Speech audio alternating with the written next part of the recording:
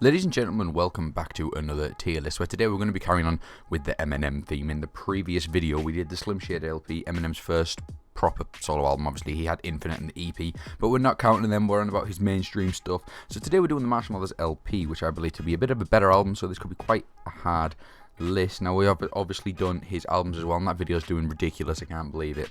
And what I am going to say is, this is my own opinion, but I'm not like one of them cringy YouTubers that's going to say, so, you know, be respectful, do all that. I want you to hate on me as much as possible. I think it's kind of funny, so yeah, if you don't agree, you let me know. I'm not bothered at all, but we're going to start straight off with this. I mean, Stan is incredible.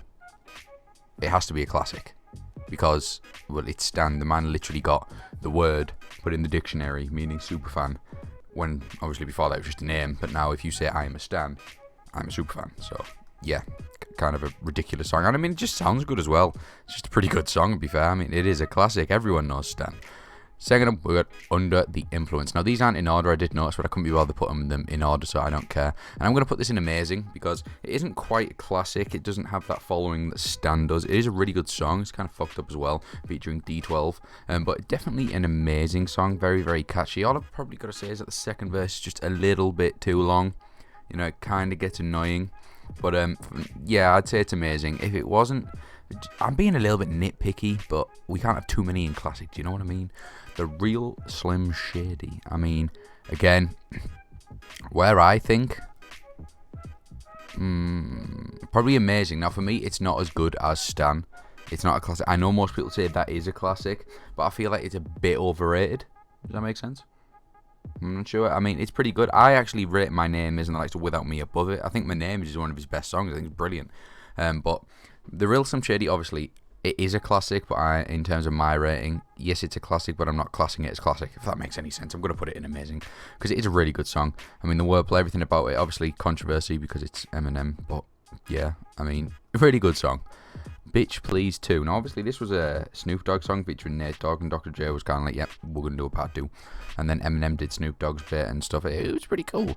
Bitch Please 2, I'm going to put it in good. It's definitely a good song, especially Nate Dogg's hook. Like, he definitely brings that, like, and he kind of puts it together. It's like the glue.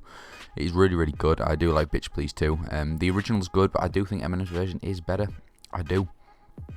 Now, Remember Me, I'm putting it in decent. Now, the only reason is, one, I'm being very nitpicky, remember, because I don't want them all just sat in amazing. I mean, I'd put them all in classic because I think they're amazing, but I'm being very nitpicky. Remember Me, what I'm not too fond of is the chorus is a bit shit, and he just shouts.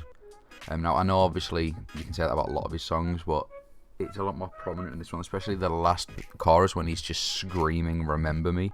There's something about it, and I mean, the features, they were okay, but they weren't. You could have got better people on this track, if you know what I mean, because it's like, Remember Me. I think you should have got some like much bigger artists, and it'd have made more sense, because, oh, yeah, do you remember me? Because I remember the first time I listened to it, I'm kind of like, no, I have no idea who you are. But yeah, whatever. Kill You. I mean, it's amazing, isn't it?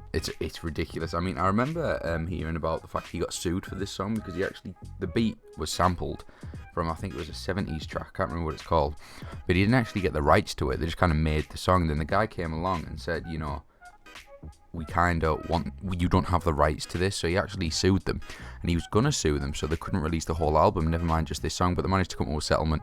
I reckon Dr. Dre just said, we'll give you a portion of the money, and you can fuck off, essentially. But yeah, that was pretty cool. Really good song.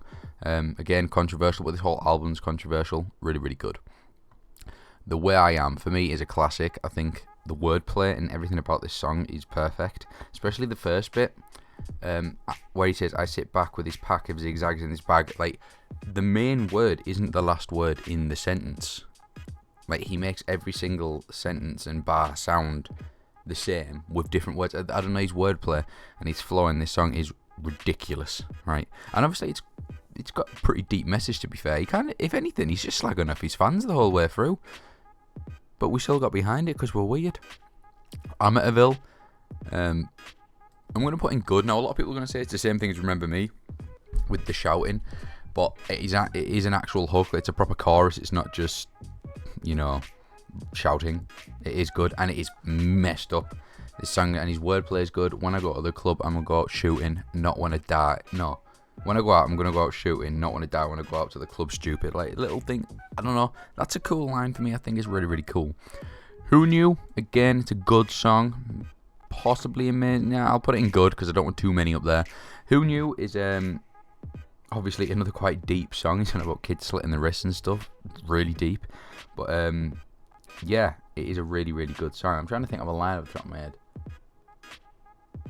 I never knew I'd get a kid to slit his wrist. Yeah. It's quite a deep song. It's a really good song. Good.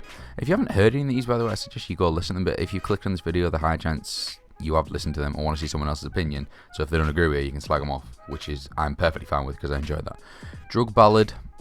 I'm not actually a massive fan of Drug Ballad. I'm going to put it in decent. I'm not a big fan of it. I mean, it's definitely better than Remember Me. Can I put it there? You can go there. Drug Ballad's a good song. It is, but I'm not sure. There's something about it. I feel like he's tried to follow off Come On Everybody from the Slim Shady LP. It's a very similar type beat, but I feel like Come On Everybody was better than Drug Ballad. I don't know, it's okay. I mean, I don't know, there's something about the chorus as well with the female in the background, obviously doing the vocal. I'm not a massive fan of it. It's a good song. It's definitely not trash by any means, but I wouldn't put it any higher than decent. Criminal is a classic. Do you know what? It's the best on the album.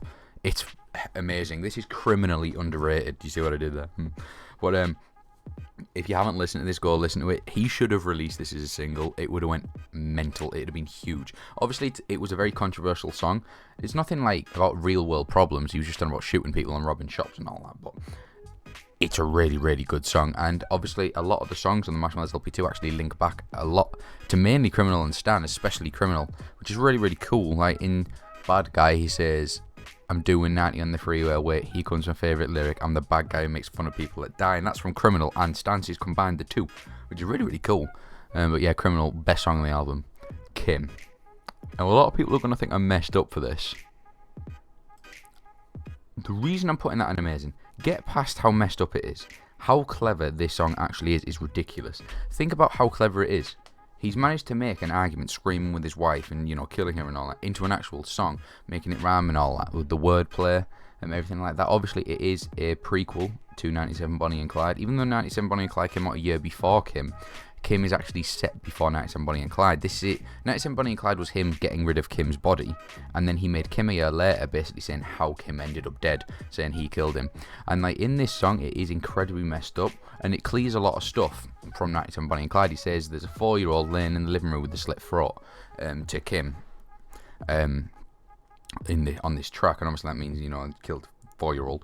But in 97 Bonnie and Clyde at the end, he says, help daddy with 2 more things out the trunk. Now I reckon one of them is the kid, you know. I reckon this clears a lot, because it is like, as much as it's messed up, it is like a story of his whole, well, not necessarily life, but it's got like a storyline going on. It's actually an amazing song if you think about how it is put together. Now Marshall Mathers, it's a good song. Not amazing, good. I mean, I feel like he was a little bit petty with this song, but it's still amazing. Obviously, yeah, I can imagine it being annoying. He's going on about saying, you know, no one wanted to know me, then I got money and all of a sudden everyone loves me. I get that could be annoying, but that isn't the case with everything, you know. It's a decent song, especially the riff at the end, the guitar solo, really, really cool. Again, a sampled track, but made better. Yeah, really good song. Now, I'm Back. I'm going to put it in amazing. Again, quite a messed up song. Says he's going to have sex with her own mother with no rubber, have a son and a brother at the same time, said it ain't mine. Messed up, but really, really good song. Amazing backing track, kind of similar to that of the real Slim Shady. But yeah, it is a really, really good song. So that is my tier list. In classic, we've got Criminal, Stand the Way I Am. Amazing, we've got Under the Influence, The Real Slim Shady, Kill You, Kim, I'm Back. Good, we've got Bitch Please 2, Amityville, Who Knew, and Marshall Mathers. And in decent, we've got Drug Ballad and Remember Me. Now, I know a lot of people are saying that Where's the Kids? You know, The Kids is a song. Well, The Kids wasn't on this because that is a deluxe, but if I was going to put The Kids somewhere, I'd put it in amazing. It is a really good song, and it's really clever, again, with wordplay. Now, one thing that I do want to add is all these people on the internet obviously trying to cancel Eminem with his line from Love the Way I Lie, which says he'll tie the bend, set the house on fire. Trust me, if you think that's bad, listen to this album, because I guarantee you'll end up crying after it, and you know what? I want to see you cry, you little wet wipes.